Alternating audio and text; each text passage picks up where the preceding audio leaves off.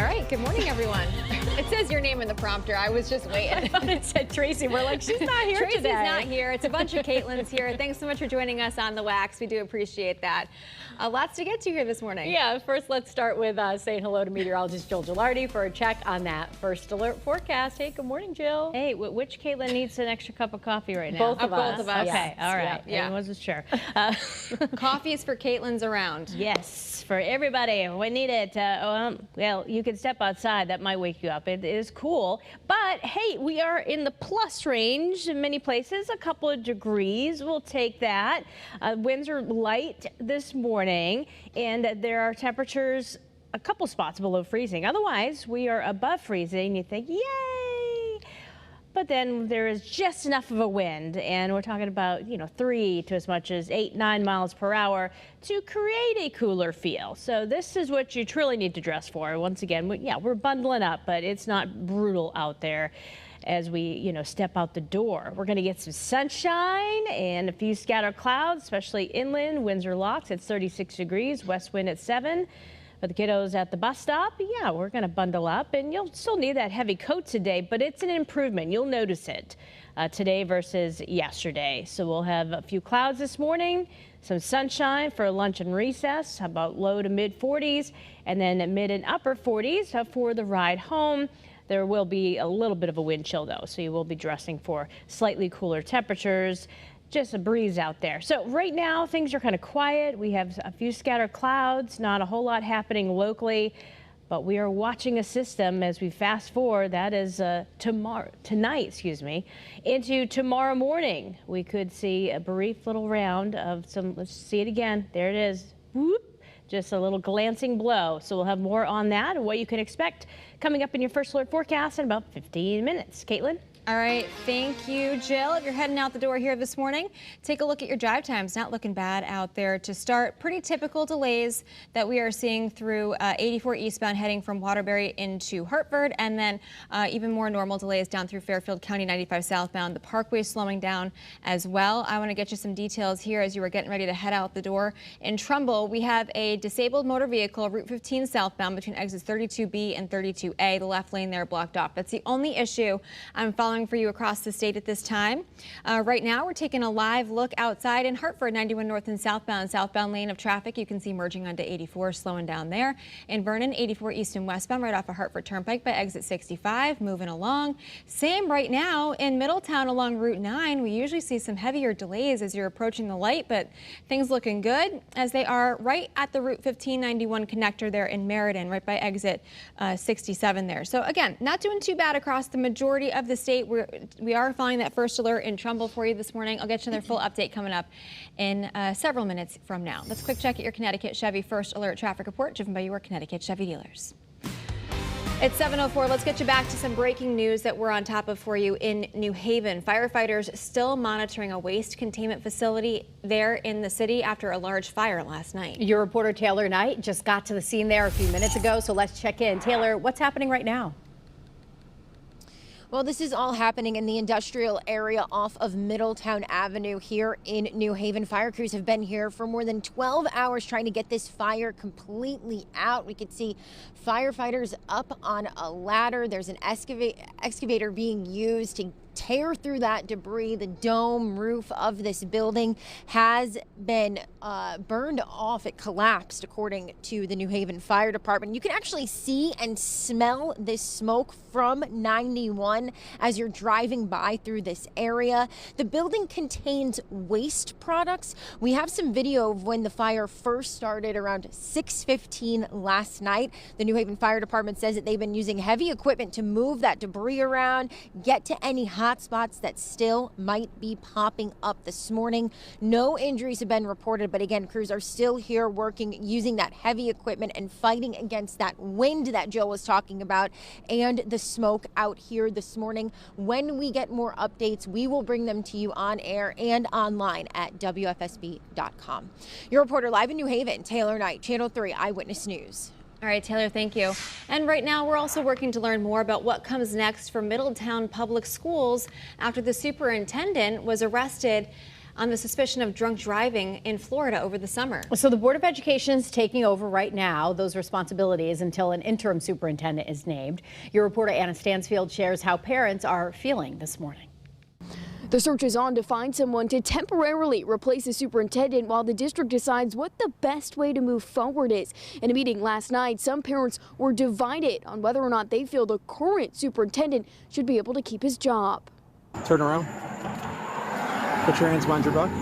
Channel 3 obtained exclusive body camera video showing the moments Superintendent Alberto Vasquez Matos was arrested.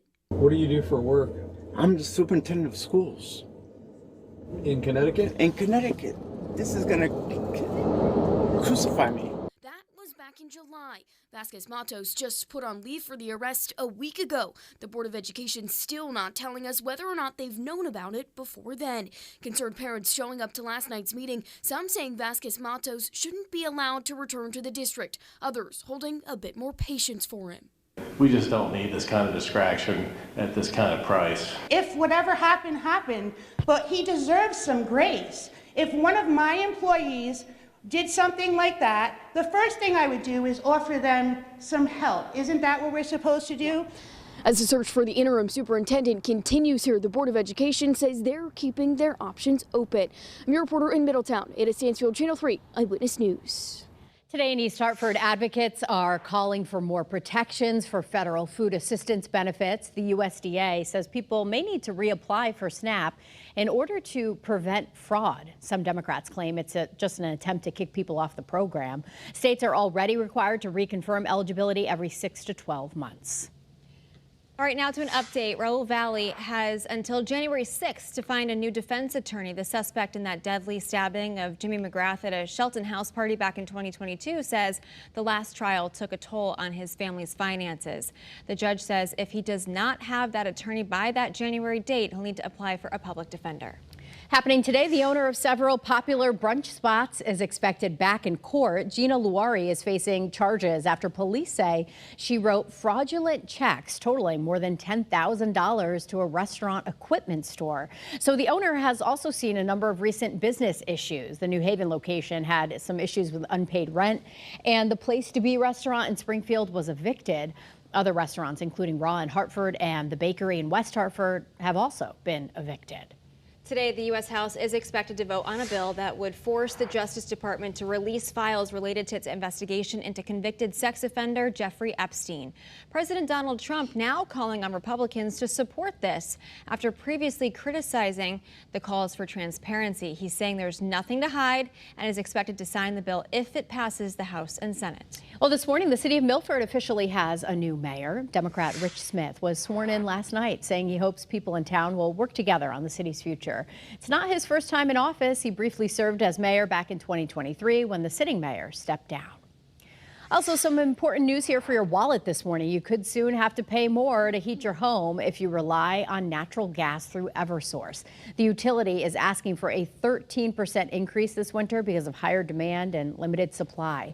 Customers should expect to pay an extra $10 per month if that proposal is approved by state regulators. 7:09 here on your Tuesday. It is Bank of America Turkey Tuesday. So here at Channel 3, we're helping them do some good in Connecticut. Yeah, so this campaign works to provide 40,000 Thanksgiving meals across our state. Your reporter Renee Danino live there in Wallingford this morning. Good morning, Renee. How's it going out there? Good morning, Caitlin's times 2, and we're going to get to that number. Over 40,000 families in our state need a Thanksgiving meal. So Jason Jakubowski of Connecticut Food Share, how did that number come to be? Well, we have 600 pantries across the state of Connecticut. We ask them going back to July and August, how many people are you serving? How many people do you think you're going to need to serve around Thanksgiving? And we do some calculations and we figure out how many birds we're going to get donated. And we come up with what we think is a rational, reasonable number. And this year it's 40,000. And we're talking turkey and fixings, and you might have seen some reports saying that the cost of a Thanksgiving meal is a little less this year, but that also means there's a lot less product in it because of the increase in food. And that's why Joe Gianni, president of Bank of America, this is your 26th year of doing this. What does this mean to you and your team, and how involved are you? Well, this is the best day, right? We get to raise awareness on this critically important issue of food insecurity. We have a bunch of teammates here who are volunteering. They're loading trucks, they're sorting food, and you know, if we raise some money for more meals for folks who are food insecure, that's just a blessing. Absolutely. So ctfoodshare.org, you'll see the Bank of America icon. You can go there, make your donation. Cash is king. Today, we are going to be raising thousands and thousands of turkeys. I have a huge live delivery coming at 9 a.m. You don't want to miss that. Scott and Caitlin Francis, you are not going to want to miss that. But in the meanwhile, thank you to all that are giving and caring for our community. Your reporter live at Connecticut Food Share will be here all morning. I'm Renee Danino. Caitlin Nuclo, sending it back to you in the studio. All right, Renee, thank you so much. We appreciate it. All right, 7-Eleven now. Right now, city leaders in Hartford are turning to technology to keep your kids safe while walking to and from school. They're planning to add 11 new traffic cameras in school zones, and they would ticket drivers caught speeding and running through red lights. The Department of Transportation still needs to approve the plan. The mayor says that should happen in the next few months. All right, still ahead here, maintaining access to health care in the northeastern part of our state. What to know about plans for the future of Day Kimball Hospital ahead of an important discussion that is happening today.